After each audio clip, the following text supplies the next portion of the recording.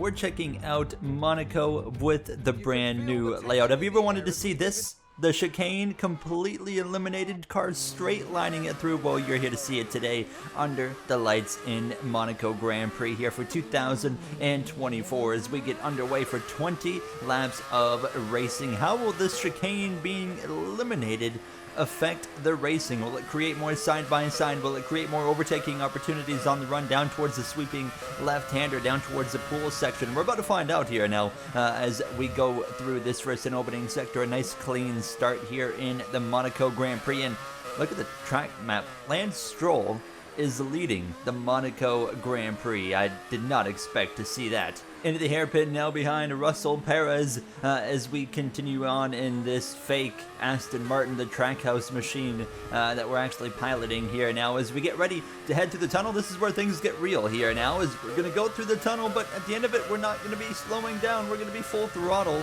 heading through straight on the chicane here. As you can see, absolutely flying through here. This opening lap, everyone kind of sorted out so it doesn't get too chaotic. So this is a mod that you can download if you're on the PC version of F1 23 here as we continue on to the back of Russell. He goes deep into turn one. He overshoots the corner. Thank you very much, George. We'll take the position here up into P7. So this mod you can get on Race Department. By the way, it'll be linked down below in the description, but it was actually made by Lando Joris. But it's just a no chicane mod at Monaco. So go take a look if you want to now. As you can see, it doesn't really change much. Obviously, Monaco is such a difficult track to actually overtake at no matter what.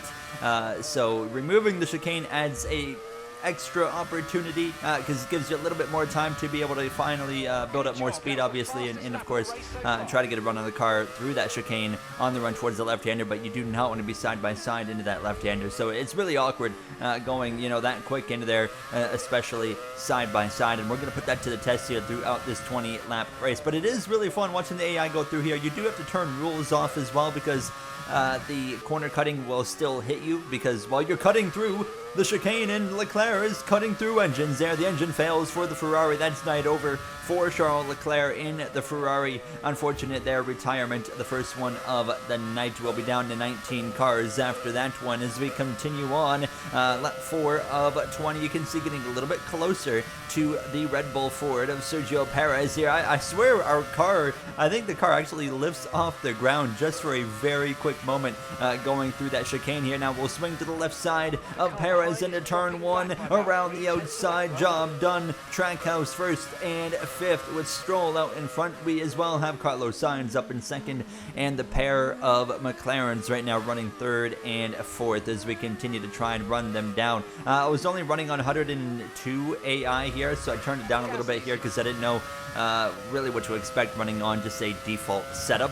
But we continue to actually run pretty well here now as we are closing right up on the back of the McLaren of Norris now. And you can see lap 7 we have gotten to within just a couple of car lengths of the British driver just in front of him. The Australian teammate, then the Spaniard of Sainz in second, and the Canadian, of course, of Stroll at the top of the board. Right to the back now of Lando Norris here. We could try to get him in turn 1. We could as well maybe even try to get him, side by side through the chicane. But we're going to aim right here for turn 1. However, he's just got enough speed here. I didn't want to use too much battery. Don't want to drain through it quite yet. So it was about being patient until this moment right here. A run through the chicane. We'll swing to the left, wheel to wheel, and this is where it gets awkward here. Side by side does not work there, and we nearly crowd Norris into the barrier, but fortunately we avoid contact and we avoid disaster, and we continue on now to run down Oscar Piastri, who's all over the rear view mirror of Carlos Sainz. Sainz on the softs, Piastri, myself on mediums. Lap 10, in comes the cars on soft. Sainz pits and will be coming in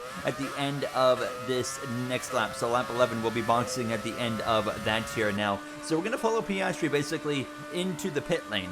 We'll throw on a set of softs and bring these to the end here. Piastri will come out in front of us. We'll exit right here alongside, just about actually ghosting there. And as we come out, you're going to see the Alfa Romeo Haas right there. Nico Hülkenberg, P4, 5th, 6th. We're going to be just in front of Valtteri Bottas there in that BMW machine. So Hülkenberg is going to hold us up through this first second sector as well, and that would allow myself and Piastri to be right on him going down towards the chicane. This is going to get spicy here. I'm going to look up the inside, trying to catch Piastri off guard. He throws a block. We swing to the right. What a pass that was right there, and you're going so quick through that little section right there. It just feels like, you know, the smallest little movements make a really large difference, a really sizable difference there, but we're able to get through, and we would actually be in P2 once the pit cycle has sorted itself out. Our teammate of Lance Stroll just in front of us, so we got 8 laps to run down Lance Stroll here. That's the goal. Fellow Canadian up here as we try to put the Spaniard of Fernando Alonso on the top step of the podium in the Monaco Grand Prix. Can we do it? Well, the gap is coming down to Lance Stroll as we come to lap 14 at this point here, and you can see 1.4 seconds the gap between himself and I, and as we would continue on, the gap continues to decrease us a little bit. 1.2 seconds now coming to the end of this 14th lap, so showing good pace here. This car definitely capable of winning this Grand Prix. Just can we get to Stroll and pass him? Well, we would cut the gap down to about 1.1, now to 1.0, so we are continuing to get within striking distance now, 9 tenths and 8.5 tenths even, so we're going to be within DRS here. We're not going to be able to make a difference through the chicane this lap. We can't really use that to our advantage, but as we come through to the end of lap 15, starting lap 16, we are now well within DRS. We actually bring in the quickest lap here of the Grand Prix. We already had it. We just went even quicker that lap as we are all over the back now of Lance Stroll here, and as we come through towards the last half of lap 16, 5 laps to go, through the tunnel there, you can actually see that left front really worn because I'd been scraping the barrier with my left front wheel, but we're going to go through the chicane. Stroll right there through the center of it now. Sometimes the AI kind of shoot off to the left in that chicane. I haven't really seen any accidents come out of it. I was wondering, you know, with the chicane maybe unsettling the cars if it would create some kind of crash, but it really wasn't happening, and yeah, they seem to be really good at going side by side through there as well, and we're going to put that to the test because we've run Stroll down with 4 to go alongside. That was close quarters racing right there, but he's going to be way braver than I am there. I decided to be a lot nicer to him than I was to Norris earlier, and we bank out of it, and he continues to lead this Grand Prix. It's not over yet though. We're going to be coming up on these final couple of laps here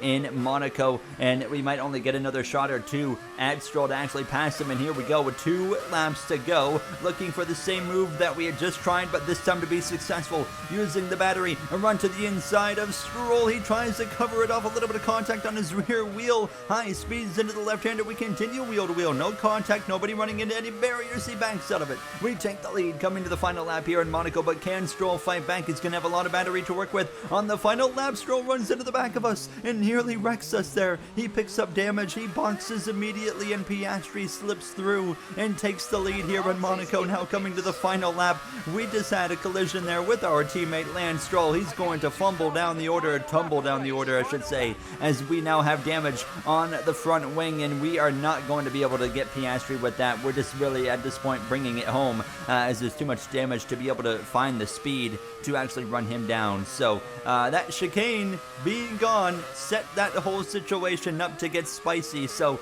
that chicane definitely adds a little bit more spiciness to Monaco with it being eliminated, but still at the end of the day, Monaco is Monaco. It's very hard to pass nonetheless, even with the chicane being eliminated. At the end of it, it's Oscar Piastri who's going to come through to win the race, but it's going to be 3 different teams on the podium here as we're going to cross the line. P2, Sainz in P3. That is a look at the new layout here in the Monaco Grand Prix. You can get the mod down below in the description, and I hope you guys enjoyed. I'll see you guys in the next one. Hopefully we can see different mods like this, like maybe something at France with a different layout, but nonetheless, I'll see you guys next time. Have a great day.